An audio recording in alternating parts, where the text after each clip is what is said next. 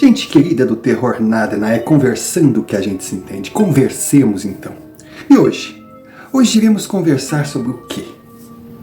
O relato que você começa a assistir agora e aconselho ir até o final, porque ele é impressionante e me fez pensar. Você parou para analisar as voltas que a vida dá?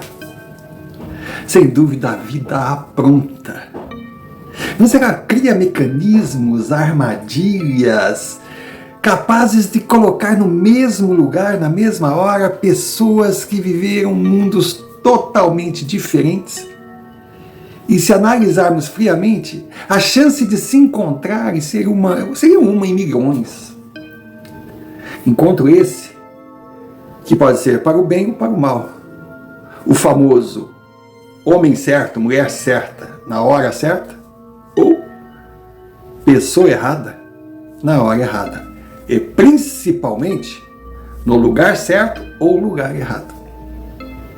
O vídeo retrata esse tipo de coincidências, se é que elas existem. Então, mais uma vez eu peço, assista até o final, na expectativa que ele possa oferecer na sua vida Nadna, na sua luta para obter respostas, sanar dúvidas, mas sem ficar preso à vala comum do perguntar, porque entendeu não ser esse o caminho, prefere interagir, aprender com experiências vividas com gente igual a gente. Tomara que esse relato seja mais uma areiazinha, né? Na pavimentação, na sua estrada, que se Deus assim permitir, será tomada de luz. Mas também eu vou aproveitar para pensar em mim, como diria o porteiro do meu prédio, adoro o Geraldo, gente fina pra caramba, e pedir que nos ajude. Poxa, você está aqui, você é um Nadna, você concorda, gosta do conteúdo, se identifica e ainda não está inscrito? Inscreva-se. O fato de você se inscrever vai acionar os algoritmos que fará o YouTube valorizar cada vez mais o nosso canal. E também nos ajudará a alcançar uma das metas, que é 1000 inscritos, para que possa ser monetizado. O canal é novo. Esse número de 1000 inscritos para os grandes não é nada, mas para nós é um grande desafio, como também é um grande desafio a segunda meta. 4.000 horas de visualizações ano. Mais uma razão para você assistir o vídeo até o final. Quanto mais assistir, maior a minutagem. E claro, deixe o seu like, compartilhe, convide amigos, participe. E se achar que merecemos, envie-nos um Pix. Por menor que seja o valor, para nós é fundamental para continuarmos nessa caminhada. Sem deixar de agradecer aqueles que enviam os seus relatos para o nosso canal YouTube. Muito obrigado mesmo. Vocês fornecem o combustível para que a engrenagem continue funcionando. O relato a seguir, ele me impressionou não só pelo conteúdo, mas também pelo vocabulário do inscrito que me enviou. Eu fiquei assim fascinado pela riqueza de palavras utilizadas. Algumas, inclusive, eu tive que consultar o mestre dos desinformados, o Google, que eu não entendia. E quem acompanha o canal sabe que a minha forma de apresentar, eu fico mais à vontade, é me colocar no lugar da pessoa, como se eu estivesse relatando uma experiência vivida por mim. E, logicamente, se eu fosse tentar ir no nível do vocabulário do cidadão, eu ia escorregar e ficaria ridículo. Então eu entrei em contato com ele e pedi licença para baixar um pouco o nível. E ele, na educação esperada, concordou plenamente. Então, de antemão, eu quero pedir desculpas a ele se de alguma forma eu desqualifiquei o seu relato ou feri os seus tímpanos com esse meu português arcaico.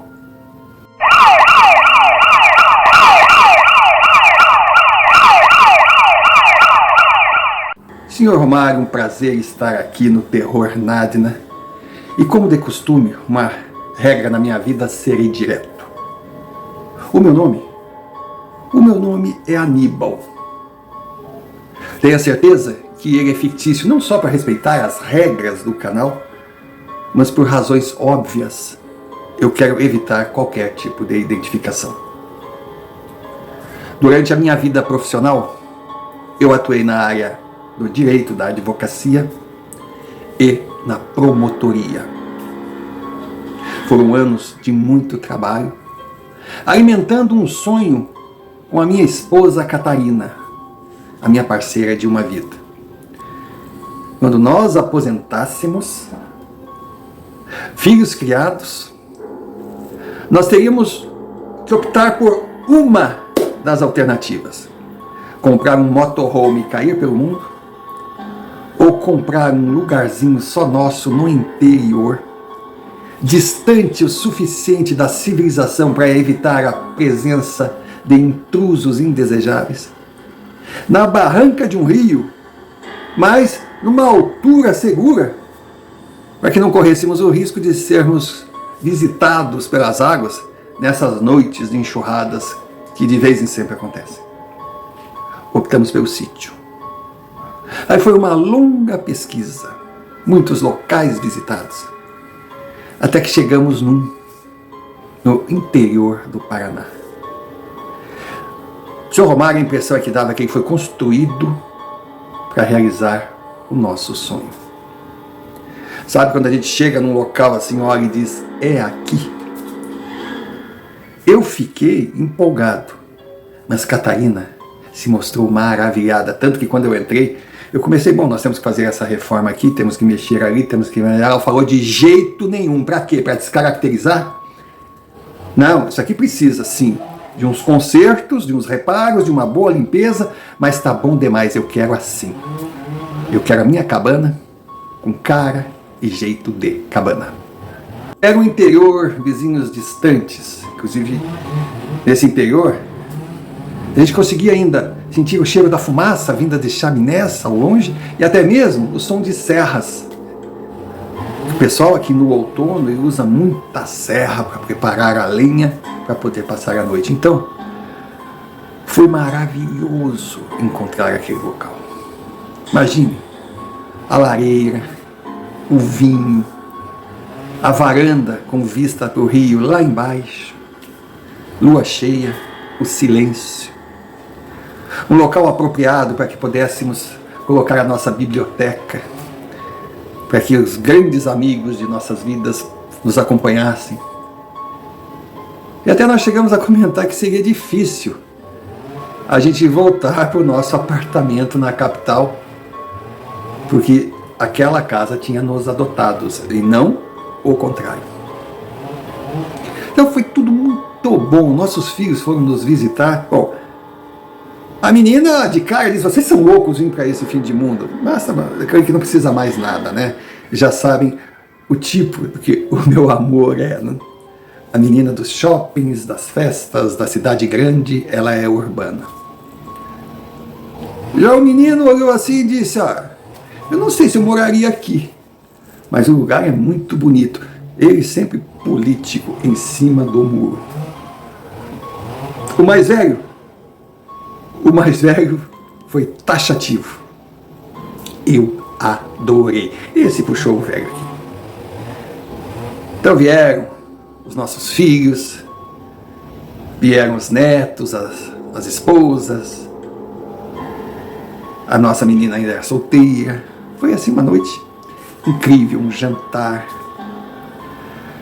Realmente, eu ficava imaginando, poxa, eu trabalhei muito, mas valeu a pena. Eu só tinha a agradecer a Deus. Confesso que no inverno a situação fica assim, tipo, meio enigmática. Chuva, neblina. Aí a gente fica isolado, mas isolado mesmo. A princípio aquele romantismo meio que dá lugar a um certo receio, a alguns cuidados em fechar as trancas, ao trazer para a nossa companhia bons cachorros. Claro, a gente tem que tomar cuidado. Se bem que eu, por força de profissão, quem é da área sabe, sempre fui um exímio atirador e jamais saí na rua descalço. É claro que eu falo que sou exímio atirador porque vamos dizer assim, sujeito a 30 metros, eu na pressa, se eu desse 3 tiros, um pegaria na barriga, o outro no peito e o outro na perna. Já a Catarina, minha esposa, se ela desse os 3 tiros da mesma situação, os 3 projéteis entrariam no meio dos olhos. A mulher era fera. E pior, era faixa preta em artes marciais. Aí alguém pergunta, mas eu não tinha medo de encarar uma mulher dessas? Eu digo, não. Porque eu também tinha meus dotes, minhas habilidades, e era bem maior que ela. E essas características, qualidades, ou sei lá como você considera, sempre foi assim, o motivo de brincadeiras e dos amigos dizerem, nasceram um para o outro. Porque Deus o livre se um dos dois tivesse um fracote, iria virar escravo. Foi uma vida boa que eu tive, não posso me negar. Mas o primeiro ano correu assim, normalmente. Nós entramos lá já no início do outono, passamos o inverno, no verão fomos embora, ficamos na capital, no nosso apartamento. No ano seguinte, lá estávamos nós de volta, já com algumas lições aprendidas do ano anterior, bem calçados dos nossos 2 pastores alemães, que eram 2 monstros, mas eram guinhos. Aqueles ali não botavam medo em ninguém, mas a gente estava apaixonado por eles, gostava tanto que não os deixaria passar a noite na rua, não. Eles dormiam com a gente dentro de casa. Só que na primeira passagem, deixa eu abrir um parênteses para um detalhe. Catarina tinha uma característica que simplesmente a diferenciava de mim. Uma mediunidade desenvolvida. E ela comentara várias vezes comigo que em determinados momentos naquela casa ela sentia a presença de alguém tentando se comunicar. Aí ela diz, mas deu para identificar? Ela conseguiu? Não, eu só sinto. E eu sinto essa pessoa agoniada. Essa pessoa, sabe?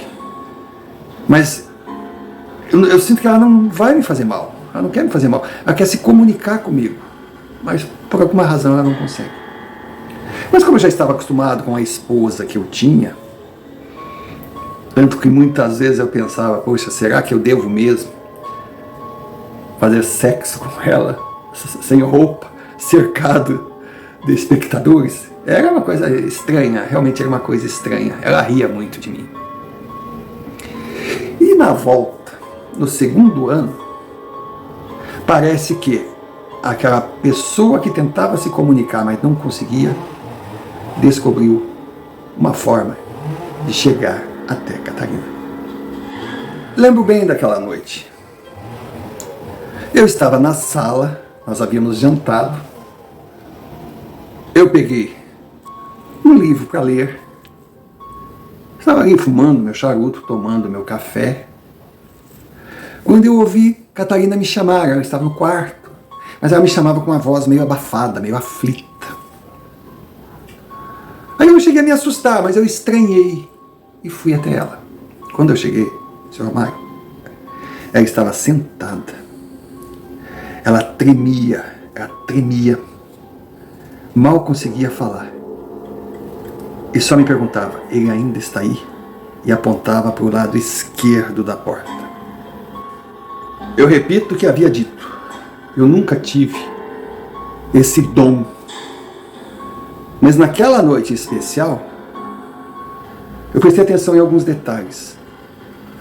A posição assim, assustada de Catarina, que era uma exceção à regra, ela era acostumada em determinadas situações, mas ali parecia uma criança precisando de ajuda.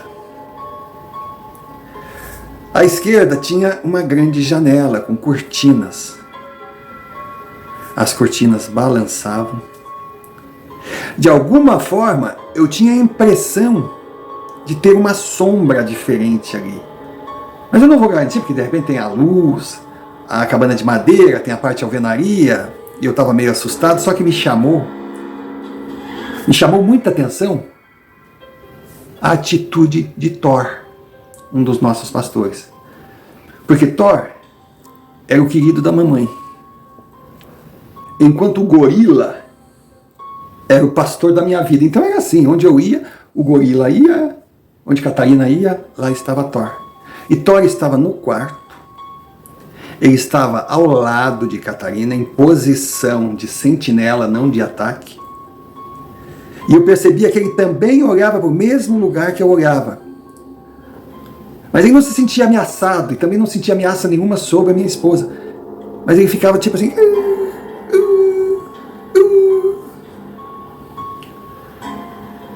Eu sei que eu sentei na cama do lado de Catarina e disse: olha, meu amor, eu não sei se ele ainda está, seja lá quem for, mas eu sinto algo. O que está acontecendo? Ela me abraça. Aí eu abracei. Ela tremia. Ela chorava. E me dizia: nós precisamos ajudá-lo. Eu deixei ela chorar, não entendi, deixei ela desabafar. Depois fui, busquei água, dei para ela tomar, perguntei se ela queria um chá, ela disse que não precisava. Nós saímos daquele ambiente, fomos lá para a sala. Ela foi se acalmando. Aí me falou que estava se arrumando, se preparando, tinha saído do banho, se preparando para descer, para me fazer companhia na sala. Quando surgiu à sua frente um homem. Um homem de terno, um terno bem surrado, daqueles bem antigos. Um homem pálido. Um homem com um semblante muito tristiço, que ela disse que a impressionou. Era o sofrimento daquele homem. E aquele homem tinha pedido: ajude-me. Eles são ladrões. Precisam pagar pelo crime que cometeram. Eu procurei não me aprofundar muito, que eu sabia qual era a reação dela após esses contatos. Ela ficava bem fragilizada. Aí resolvi fazer algo que há muito tempo a gente não fazia, que era ligar a televisão. Começamos a assistir um programa lá. Acabou, foi bom, porque o programa era tão bobo que nos fez rir. E na presença de Thor e gorila, pasme, senhor Romário, nos cobertores, na lareira, TV ligada, nós adormecemos no sofá. No dia seguinte, eu disse para a Catarina: fique aí, que eu vou ter a ver se eu descubro alguma coisa. Ela: mas o que você vai fazer? Eu disse: não, fique aí tranquila, você está protegida, eu vou deixar os dois aí com você. O gorila não gostou muito, mas obedeceu. Eu vou na cidade, vou fazer uma sondagem. Bom, senhor Romário, a cidade é uma cidade aí, seus 30 mil habitantes, sei lá, talvez 40 mil. Cidade pequena. Não, talvez não fosse aquela cidade que todo mundo conhecesse todo mundo, mas todo mundo conhecia alguém que conhecia todo mundo. Você pode não saber quem é o Barnabé, mas você conhece o André, que trabalha na empresa do Silvio, que é casado com a irmã da tia do Barnabé. No final é tudo parente. E também eu aprendi na minha vida que se você quer conhecer a história da cidade, vai para a padaria. E eu fui. Quando eu entrei, eu já senti que eles me olhavam assim, primeiro pela placa do meu carro, e segundo que eu era diferente. Tinha ali algumas pessoas que nunca tinham me visto, então significava que eu era um forasteiro. Era impossível ter 10 locais num local e não reconhecer o recém-chegado. Não, esse é primo do fulano. Aí, o dono da padaria foi muito amável, começaram a conversar, eu me identifiquei e falei que eu tinha adquirido aquele sítio assim, assim, assim. Aí eu percebi que alguns meio que se entreolharam. Eu digo: ó, estou no caminho certo. Digo: mas o que foi? Aquela história, aquela casa lá que eu comprei, vai dizer que eu acertei na loteria, aquela casa tem fantasmas. Aí ninguém riu. Eu digo: é por aí. Bom, eu fui levando até que me contaram a história. Olha, seu Romário, uma história triste. Algumas décadas antes, Aquela cabana foi construída por um homem, o senhor Getúlio, um homem trabalhador, um homem forte que trabalhava com construção. Então, segundo me falaram, o seu Getúlio, boa parte das casas da cidade tinha assinatura do seu Getúlio. Ele pode não ter construído a casa, mas o muro ele fez. Ele pode não ter feito o muro, mas que ele consertou o banheiro, ele consertou. O seu Getúlio era um profissional respeitado. E era aquele homem que o que ele dissesse, combinasse, ele cumpria. Se ele errasse o preço e no final o serviço não iria compensar, ele bancava o prejuízo, mas não aumentava um centavo. É uma dessas famosas moscas brancas na construção civil que, convenhamos, tem cada um. Olha, que o cara mal chegou no seu terreno já está pensando quanto que você ganha e quanto ele pode tomar de você. Mas esse é outro assunto, quem sou eu para julgar? O Getúlio tinha 3 filhos. E o mais velho tinha 15 anos. O Getúlio era um homem bom, era um pai bom, mas era aquele pai rude, aquele pai que impunha. Homem não chora, macho é macho.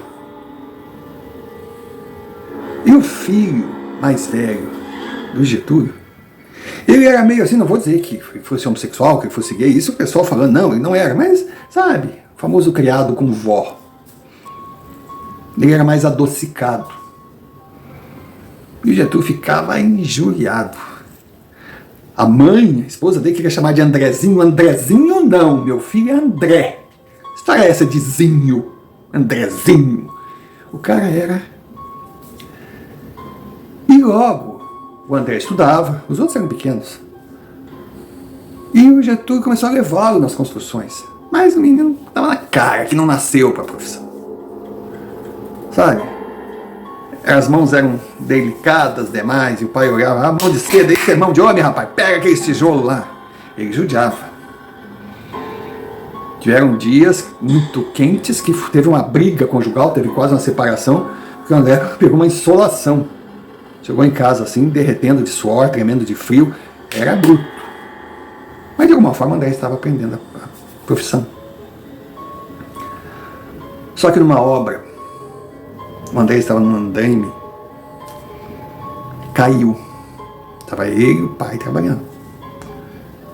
Caiu de costas assim e começou a gritar, ai, ai, ai, ai, começou a chorar.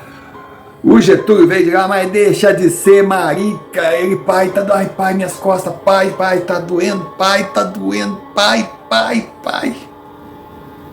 O Getúlio vai, que é isso, rapaz? Seja homem, levanta. Quando ele levantou o menino deu um berro. Pai, o que o senhor fez? E caiu. Caiu, começou a gritar. Não estou sentindo minhas pernas, não estou sentindo minhas pernas. Aí o Getúlio, levanta, rapaz, não estou sentindo minhas pernas, não estou... E naquele griteiro chegaram outras pessoas e dizem, Getúlio, tu é louco? Vamos chamar um médico. Pai, médico pra quê, rapaz? Eu caí uma porrada de tombo na minha vida. Chamaram ambulância. E ali se constatou que André estava paraplégico, condenado a uma cadeira de rodas pro resto da sua vida. Getúlio ficou inconformado. Ele não acreditava naquilo, aquilo foi um tombo bobo. Aí o médico tentava explicar que quebrou a terceira vértebra, não sei assim, babá. Aí o Getúlio perguntou, quer dizer que ele já caiu no chão aleijado? O médico olhou para ele assim, o que o senhor quer saber? Não, por que ele ficou? Foi o tombo? O médico disse, senhor Getúlio, eu sou um homem que, como o senhor, não aceita meias verdades. Nós diferenciamos no tom de voz em algumas atitudes, mas concordamos que o homem que é homem não fica inventando desculpas doces. Então eu vou lhe dizer, eu não sei se na queda o seu filho já teria perdido o movimento dos membros inferiores. Mas com certeza, aquela forma que me relataram que o senhor o levantou, se ele tivesse 20% de chances, 30% de chances de voltar a andar naquela puxada, o senhor zerou as chances do seu filho. Senhor Romário, esse médico, ele era freguês da padaria. Ele contou a história para muita gente ali. Diz que foi triste de ver a reação daquele homem. Foi triste. E o Getúlio saiu do consultório, inconsolável, e foi para o Boteco do Jeca. O Boteco do Jeca era famoso, era um botequinho pequenininho. Aí tinha uma pinga boa, um mocotó bom, uma dobradinha boa, uma caipirinha espetacular. O Jeca sabia ganhar dinheiro, tinha uma boa freguesia. E o Getúlio encheu a lata. E ao sair, ele disse que ele tinha muito dinheiro, que ele estava guardando esse dinheiro para melhorar a vida dos filhos. E que ele gastaria o que fosse possível, mas o André voltaria a caminhar. Segundo consta, o diagnóstico foi definitivo.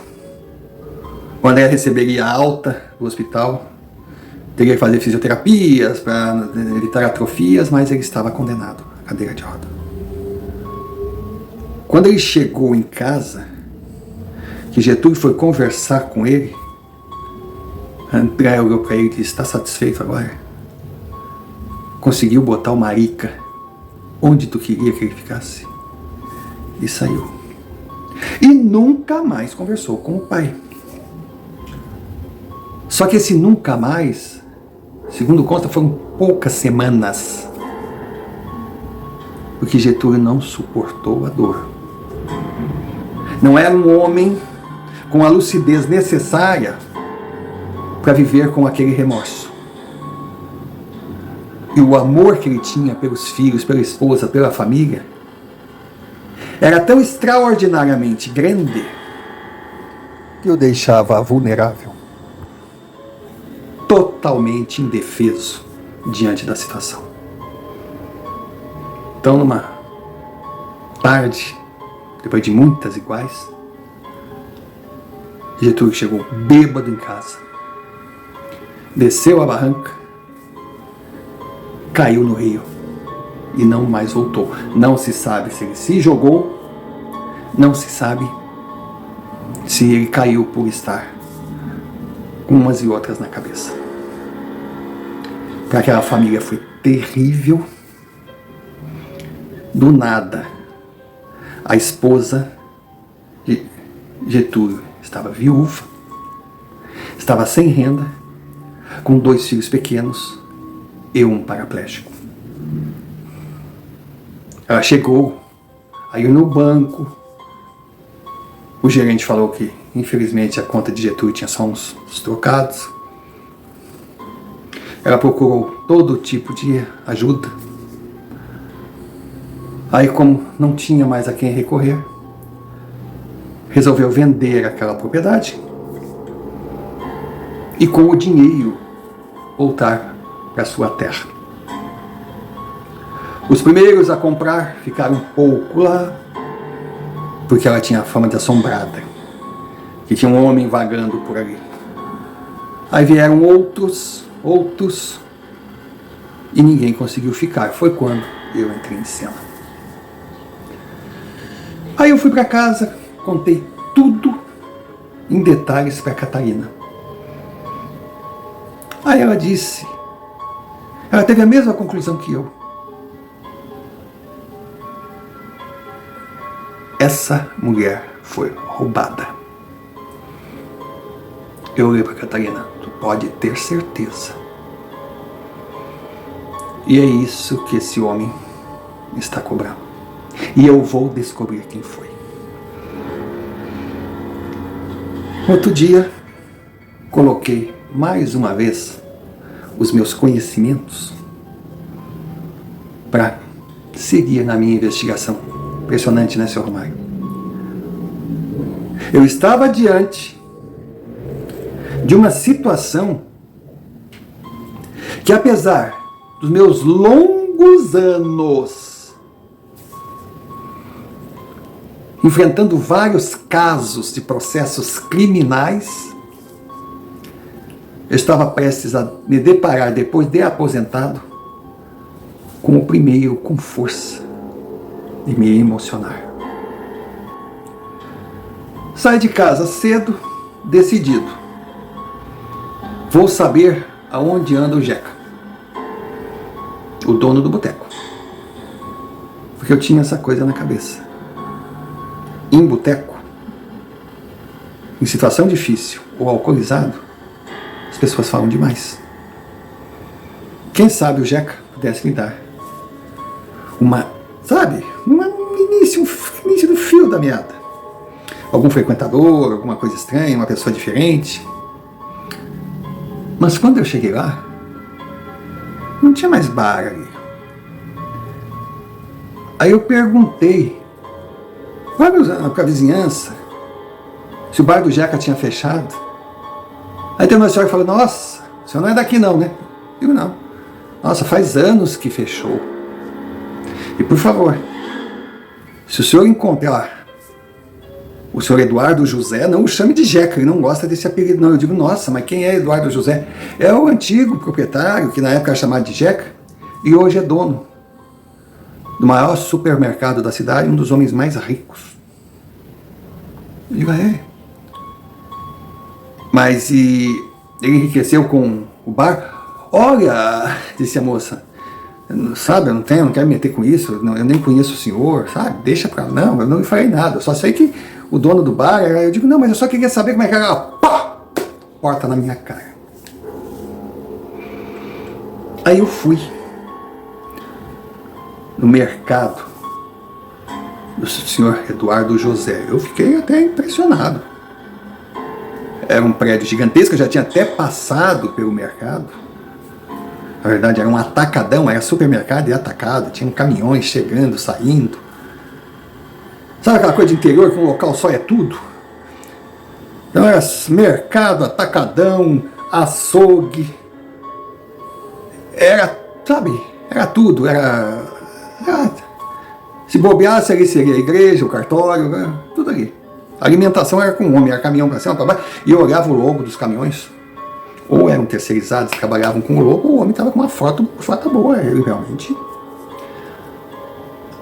Aí eu marquei uma hora com ele, tinha que marcar. Era um homem já de idade. Trabalhava, cuidava, fazia, acontecia. Aí ele me atendeu, foi muito solícito.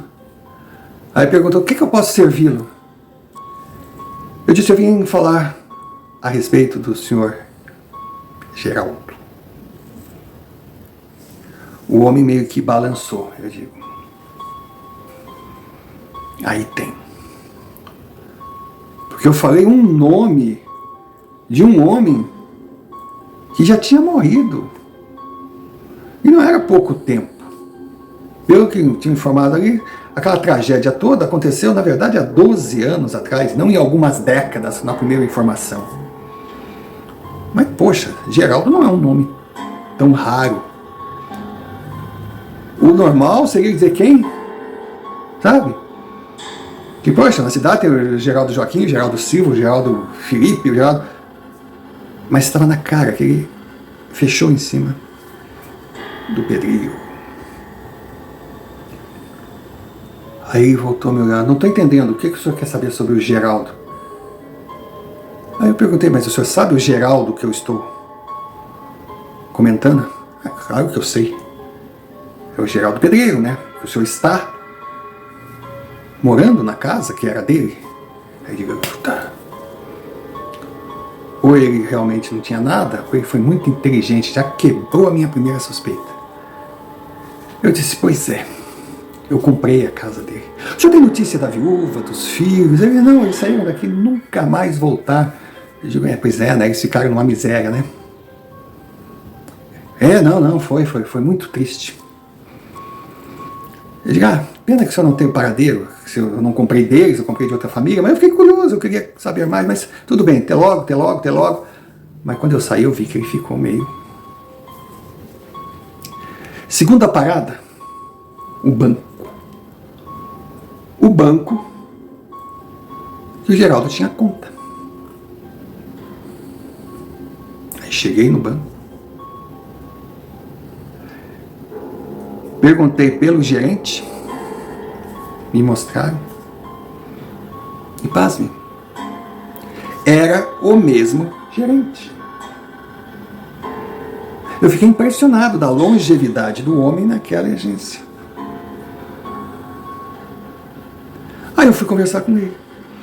Eu queria abrir uma conta, que eu estava voltando. Ele todo empolgado, porque para ele não me mandar ir falar com um funcionário, eu já disse uma quantia que ele, na hora, já concluiu que eu merecia um cafezinho, já ofereceu café, ficamos conversando. Aí eu coloquei mais uma vez o nome. Aí ele disse assim, o senhor está morando na casa de Geraldo? Desculpa, eu estou meio confuso, é Geraldo ou é Getúlio? Aí me parava a cabeça assim, eu digo, é mesmo, é Geraldo ou é Getúlio? Sabe quando eu não conseguia guardar o nome? Eu querendo fazer uma investigação e eu estava me perdendo. Mas se eu estava me perdendo, se não fosse, a vontade que eu tinha de ligar para minha mulher e perguntar, é Geraldo ou é Getúlio? Mas eu comecei a pensar no dono do mercado. Se o nome era Geraldo, ele associou a casa, tudo bem, mas se o nome era Getúlio, como é que ele teve aquela ligação? Tinha alguma coisa que parecia, eles estavam sabendo que eu iria ali, mas como eles saberiam? Sim, eu estive na padaria, conversei com todo mundo, já viu, cidade pequena. Aí eu simplesmente joguei, seu Romário, eu joguei pesado. Eu olhei para aquele homem na minha frente e disse, eu vou ser direto com o senhor. Quanto vocês roubaram dessa viúva? Ele levantou assim, como assim? Quis gritar comigo, o senhor está me chamando de ladrão. A agência toda ficou olhando assim. Que eu vou chamar o segurança. O senhor não pode entrar aqui na minha agência me acusando, não sei o que. Eu disse, o senhor vai parar de gritar? Ou eu devo ficar aqui aguardando? O senhor saia. Eu falei para ele, o senhor não sabe com quem está falando. Por favor, se recomponha. Pare com esse chilique. Porque se eu sair daqui insatisfeito com as respostas e já estou ficando diante da sua atitude, semana que vem eu virei acompanhado. E virei acompanhado de gente com força para virar essa agência do avesso. Ele me olhou, sabe aquela coisa assim? Aí porque já chegaram algum segurança, já chegaram algum problema, ele, não, deixa, eu entendi errado, não, deixa. Aí os caras foram olhando, o segurança disse, o senhor tem certeza? Não, pode.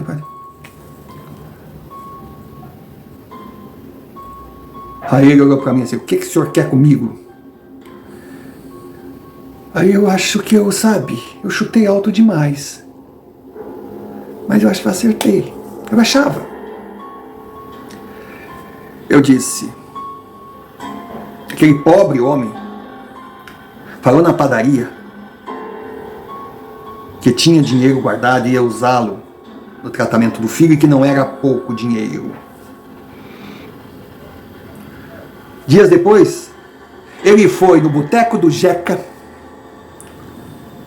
que hoje é um empresário bem-sucedido e ninguém consegue o que esse homem construiu vendendo cachaça por melhor que fosse a sua caipirinha. E a gente sabe que esse homem é um grande amigo seu. Aí eu chutei. Mas parecia que eu estava sendo conduzido, sabe como é que é? Além da minha experiência, parecia que tinha alguém me levando. E eu acertava todas. Até a confusão com o nome, se é que aconteceu, até então eu não tinha mais certeza se era Getúlio, se era Geraldo, não tinha mais, se era Jeremias, não, mas tudo fechava. E aí eu olhei para ele, me apresentei e disse que para o bem dele, ele conversasse comigo, porque os outros que viriam não o tratariam com educação. O homem começou a tremer. O homem começou a tremer, começou a tremer, começou a tremer. E pediu: vamos conversar. Mas como ele não tinha uma sala, quando entrava na agência, tinha sua mesa, ficava do lado esquerdo, mas era... Aí nós saímos da agência. Ele pegou o seu carro, eu só entrei naquele carro porque eu estava... Aí eu comecei a temer para a minha vida. Porque eu digo, daqui um pouquinho aparece o Eduardo José, aparecem uns capangas, vai ver que eles já tinham se conversado. Olha eu entrando em gelada, eu já comecei a ficar preocupado com Catarina lá na cabana. Eu digo, no que eu fui me meter? Mas não. Ele parou sim num local ermo, acendeu o cigarro, mas acendeu o cigarro assim, e eu que odiava cigarro, eu digo, eu posso abrir a janela? Não ia dizer para ele não fumar no carro dele. Aí não, vamos sair. Aí se escorou numa árvore e disse, eu não queria fazer isso, eu não queria. Mas o Jeca disse que não tinha erro, que não tinha. Eu disse, mas afinal, o que vocês fizeram? E daí ele dizia, eu não ganhei nada com isso, eu juro, eu não ganhei nada com isso, eu continuo gerente, eu continuo vivendo meu salário. Eu fui cúmplice, mas eu não roubei, eu juro que eu não roubei. Aí eu disse, mas o senhor não ganhou nada? Não, ele me deu um carro, zero, sim, mas... ele me deu um carro, então o senhor não roubou. Não, tá bom, eu roubei, mas como eu me arrependo, como eu não deveria ter feito isso. Como eu quis ajudar aquela viúva, mas o Jeca nunca deixou, porque ele dizia que as pessoas iriam desconfiar. Sabe, hoje eu estou aqui na frente do senhor, o senhor pode destruir a minha vida, mas eu estou preocupado com o meu futuro, e ao mesmo tempo eu estou aliviado, eu não aguento mais. E foi quando ele desembuchou. Senhor Romário, na época, não tinha essas redes sociais todas de hoje. Bom, o senhor é dessa época, o senhor sabe. Tinha cheque, tinha aquela compensação, cheque até um valor, era 24 horas para ser compensado, cheque abaixo desse valor 48 horas, cheque acima de um determinado valor, mesmo para saque, tinha que ter assinatura, tinha que ter o nome da pessoa que estava sacando. Tinha que ter assinatura, tinha que ter reconhecimento de firma, existia umas cartelinhas assim que a pessoa olhava para conferir se a assinatura era a mesma. Tinha uma burocracia, tinha um controle, mas não era uma automatização que era hoje, automação. E a proposta do Jeca foi pura e simples. Eles tinham o cartãozinho da assinatura do falecido. Eles iriam falsificar num cheque, que o talão seria fornecido pelo gerente, e seria nominal a esposa. Então, na cabeça deles, futuramente, serviria como prova que foi ela que sacou. Mas eles tinham tanta certeza que se dariam bem, e acabaram se dando, que não pensaram que aqueles cheques microfilmados, que ficavam guardados no banco, teria aquela assinatura que seria fácil um perito afirmar que era falsa. E quando ele me falou o valor que sacaram e o valor que deixaram na conta para aquela pobre viúva, eu não sei como eu não fui para cima daquele cara e não usei toda a minha habilidade em artes marciais, não quebrei aquele cara todinho. Aí eu só me limitei a falar com ele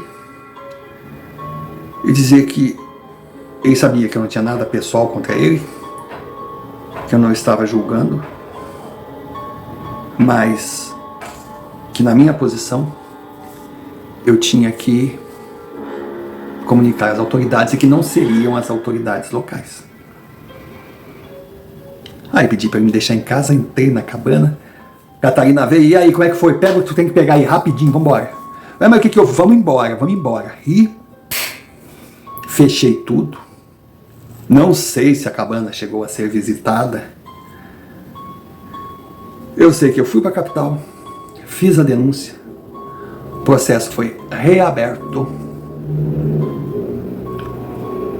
E o tal do Eduardo José Ujeca se viu numa situação complicada.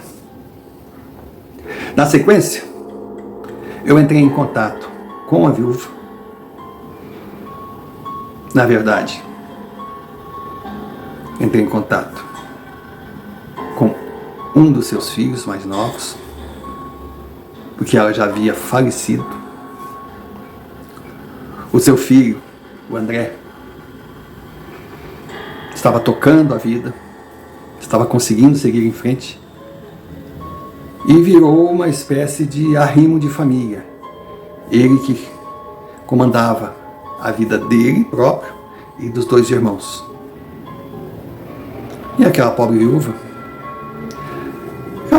não quis entrar em detalhes qual a causa mortes, mas eu posso imaginar.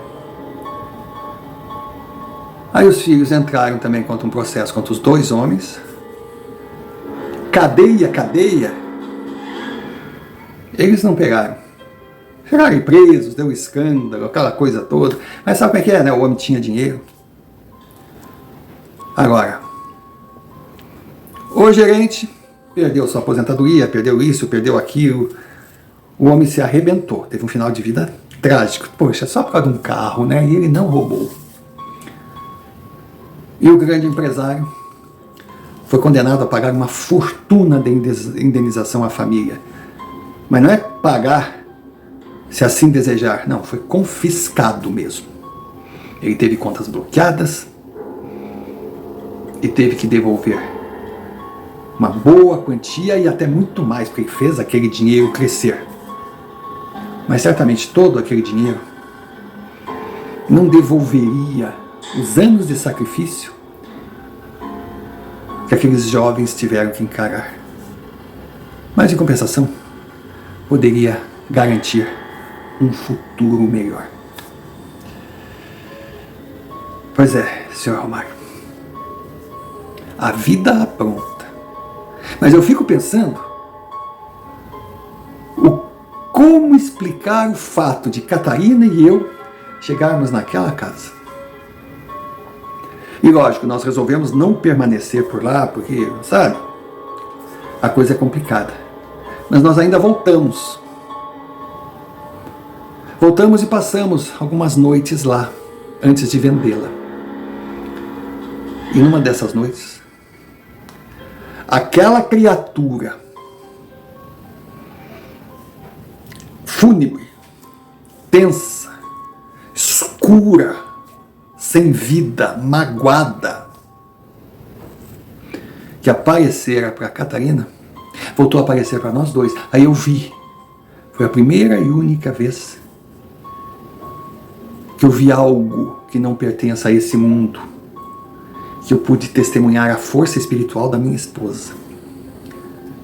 Aí aquela criatura chegou, ficou frente a frente a ela, a criatura brilhava. Bom, eu estava ali, mas era o mesmo que não estivesse, né? Ele não olhou para mim. Ele olhou para ela e simplesmente disse: muito obrigado por me ajudar. Muito obrigado por permitir que eu seguisse o meu caminho. A justiça está feita. Antes de sair, finalmente ele olhou para mim. Eu digo: poxa, eu já estava ficando injuriado. Pô, botei o meu na reta, nem um muito obrigado eu ia merecer. Ele simplesmente me encarou e disse: você é um grande profissional, um homem do bem e, sem dúvida, um grande amigo meu. Apesar de não lembrar nem do meu nome, eu digo: poxa, só que me faltava um espírito comediante. Eu sei lá porque eu estava à vontade na frente daquela coisa. Ele disse: só faça-me um favor, o senhor vai conversar ainda com os meus filhos. Diga a eles que eu os amo. Mas dê um recado especial a André. Que ele nunca se envergonhe desse pai. que o seu pai não foi um fraco. E também que ele jamais carregue a culpa de ter sido responsável pela minha morte. Porque naquele dia, lá embaixo no barranco, eu não me joguei. Eu escorreguei e caí na água. Então diga a ele que eu sinto um orgulho gigante por ele. Que ele é um grande homem. Peça desculpas por tudo de errado, tudo de infame que eu fiz para ele. Não vou tentar nem me justificar que foi pensando melhor. Não, eu errei como pai. E que ele sim, se quiser pode carregar a vergonha que o seu pai se tornou um bêbado e por beber perdeu a vida. Mas que o seu pai jamais atentaria contra a própria vida.